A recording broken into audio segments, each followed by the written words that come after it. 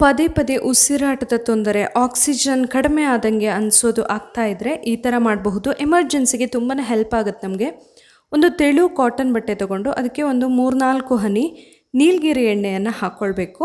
ಅದರ ಜೊತೆಯಲ್ಲಿ ಸ್ವಲ್ಪ ಓಂ ಕಾಳು, ಹಾಗೆಯೇ ಒಂದು 3 ಲವಂಗ, ಅದರ ಜೊತೆಯಲ್ಲಿ 2 ಕರ್ಪೂರವನ್ನು ಹಾಕಿ ಚೆನ್ನಾಗಿ ಗಂಟು ಕಟ್ಟಿ ಇಟ್ಕೊಳ್ಬೇಕು. ಯಾವಾಗಲೂ ನಾವು ಹೊರಗಡೆ ಎಲ್ಲ ಹೋಗುವಾಗ ಈ ಥರ ನಮ್ಮ ಜೊತೆ ಇಟ್ಕೊಳ್ಬಹುದು.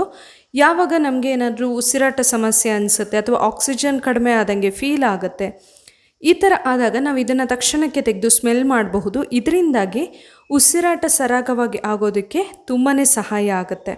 ಯಾವಾಗಲೂ ನಮ್ಮ ಜೊತೆ ಇದನ್ನ ಇಟ್ಕೊಂಡಿರೋದು ಎಮರ್ಜೆನ್ಸಿಯಲ್ಲಿ ನಮಗೆ ಸಹಾಯ ಆಗುತ್ತೆ. ಟಿಪ್ಸ್ ಇಷ್ಟ ಆಗಿದ್ದರೆ ಲೈಕ್ ಮಾಡಿ, ಹಾಗೆ ಶೇರ್ ಮಾಡಿ. ಇದೇ ತರಹದ ಟಿಪ್ಸ್ಗಳಿಗಾಗಿ ಚಾನಲ್ನ ಫಾಲೋ ಮಾಡಿ, ಹಾಗೆ ಸಬ್ಸ್ಕ್ರೈಬ್ ಮಾಡಿ. Thank you.